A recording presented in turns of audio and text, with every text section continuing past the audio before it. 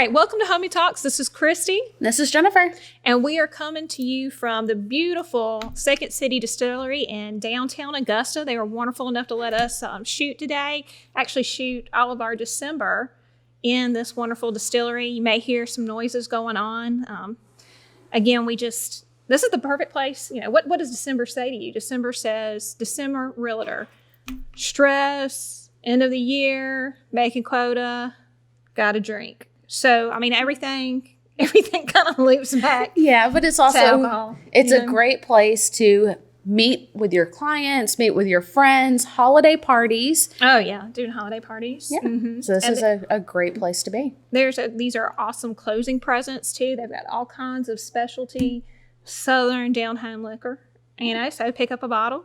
But we just want to tell you a little bit about today. What is our subject today, Jennifer? What are we talking about? So we are talking about rent-to-own scams. Oh, very nice. Yes. Yeah.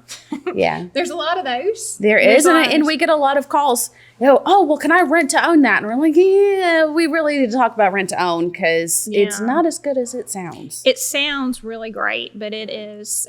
It's taking on someone else's problem. Yes. Is what it is. Rent to own. You know, a lot of people that have to rent to own is because, why would you even rent alone? It would be because your credit's too low. Yep. Maybe you have a high debt to income ratio, and you can't get approved for a regular loan. And that's really what you need to be doing because you will get the better deal on a regular loan. If someone is actually willing to rent to own, and I mean, there's exceptions to every rule. There is.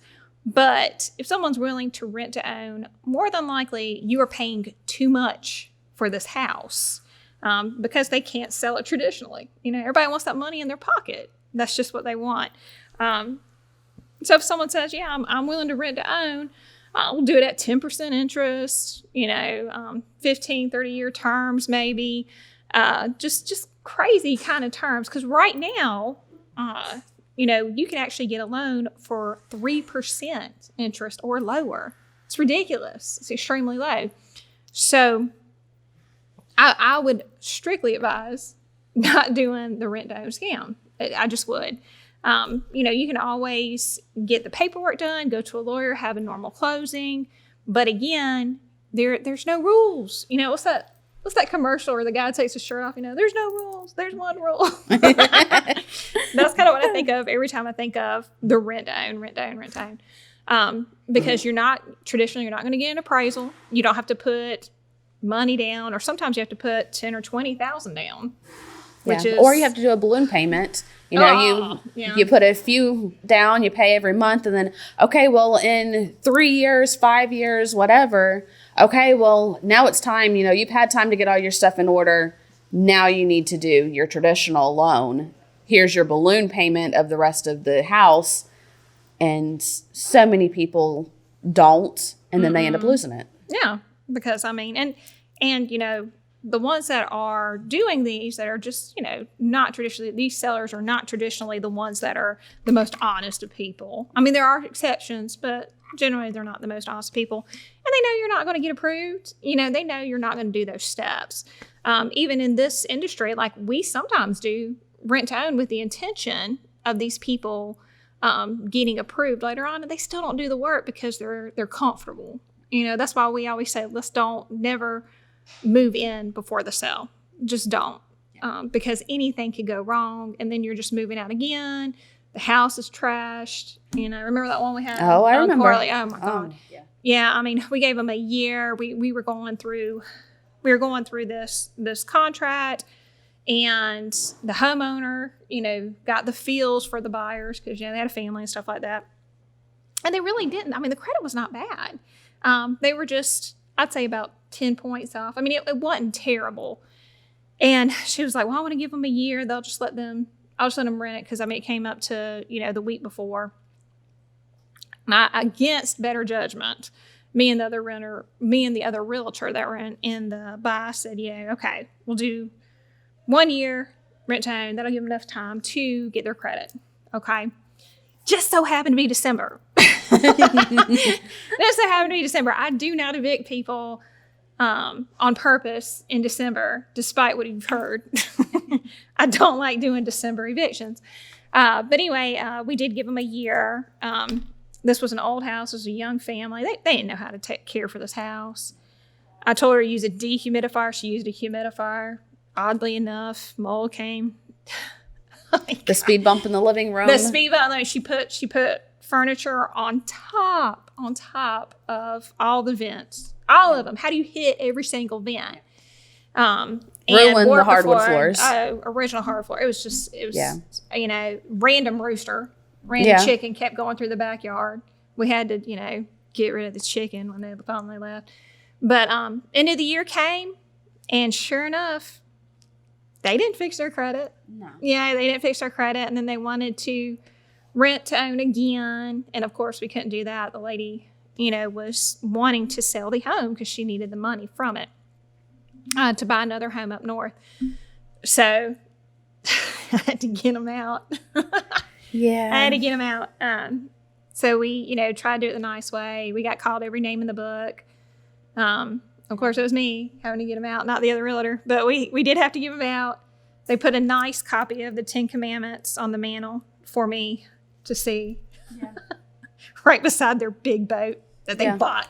Yeah, because they bought a boat instead of, I can't believe my credit's not stellar. Bought a boat and a TV bigger than anything I've ever seen, anything I ever got. But, can't believe their credit didn't work out.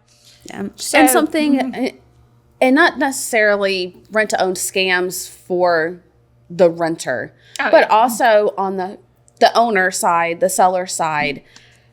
You do this, you don't know who you're getting in there. Just like any other rental. Same house, they trashed this house. And this poor woman who, out of the goodness of her heart, gave them a year, had to go in and fix the warped floors, clean the most disgusting kitchen I have ever seen. Oh, my God. Yeah, the refrigerator was so nasty. Nightmares. Get the chickens out of the backyard. Yeah. Being chickens out of the backyard. Yeah. I mean, it was completely... There are other things in that house that I will not discuss because it was bad. It was terrible. I mean, it was nasty, but I mean, you hear a lot of that stuff happening. I mean, it's just not a good idea. And, people say, oh, we got to hurry up and get out of this house. You don't have to get out of the house that bad. You just don't do it. Don't do it. About the only way that you could do something like that is if, and you can't really make a requirement of credit check. I guess you could. I mean, you're doing your own financing. But again, it's just a bad idea the whole way around. It just is. So I would say, please don't do it. Please don't offer it. Please do not take them up on it. It's just not a good idea. The other thing that we could talk about, too, is the fact that rent to own, there's also right now a lot of scams going on with just rentals, period. So it's really bright if you think about it. I mean, it's really smart. But what people will do is they'll take the listing from a realtor and they'll copy and paste all the pictures, the description, everything, and put it on different rental sites for rent. And, make sure it's a vacant home. But something that's actually for sale, not for rent. But they will post it as if it is for rent. And they'll say, we've got all these wonderful apps, the Vimo, PayPal's. Cash App. Cash App. Cash App. And, they'll say, okay, go by and take a look, but I can't meet you today. So these people are going and looking in the windows. I mean, good people. They're trying to find a rental. It's hard to find a rental. And, then they'll send these people $700 or $800 to hold the rental for them because this rental sounds great. It's a rental that would have been normally $1,000. These people are putting it on the internet for $500 a month. And so they'll send the money in and stuff like that, and then want to know where the keys are. This guy's mysteriously vanished. They finally do their Google search, call the realtor, and be like, well, I'm supposed to be renting this place, and we have to break it to them. No, you're not. Yeah. So I mean, if something's too good to be true, it is. It's very much not. We even did a news. Yeah. We did a news feed about it with, I don't remember who it was. I'll have to get that back out. But we actually went on camera and talked about it because it was getting so bad. Yeah. In our area. And I've called other agents in our area and let them know, hey, this is popping up. I came across it myself. Just want to let you know, I know it's your listing. Please be careful. Yeah. Because it's a nationwide thing, but it's happening locally. Oh, yeah. And, it's affecting all of us. It is. Because it looks bad on the realtor's part. It looks bad on, I guess, this whole industry. But, you can't really, it's kind of like plagiarism. People take your work and, market it as their own. And, they're deceitful. But again, there has to be a buyer beware situation. There just really does. And people got to take responsibility for that. Again, if it is too good to be true, it is. It just is. If you see something on these different sites, Google the address again. Google it 3 times. See who actually pulls up. Because, you can trust a realtor. And never send anybody cash. Just don't. And ask where their office is. That's one thing. When people call in, I let them know, this is the physical address. I will meet you. I will show this to you. And here is the physical address of the office. Mm-hmm. So you can physically come. You can see my desk. You can see our office manager. You can see our broker. That we are legit. Yeah. And I know a lot of people like to do their own private rentals, and that's great, but go meet your people. Yeah, and you should be able to walk through a rental. Yes. You should be able to walk through. Some people, we require applications first. It's not a paid application, but we do require an application.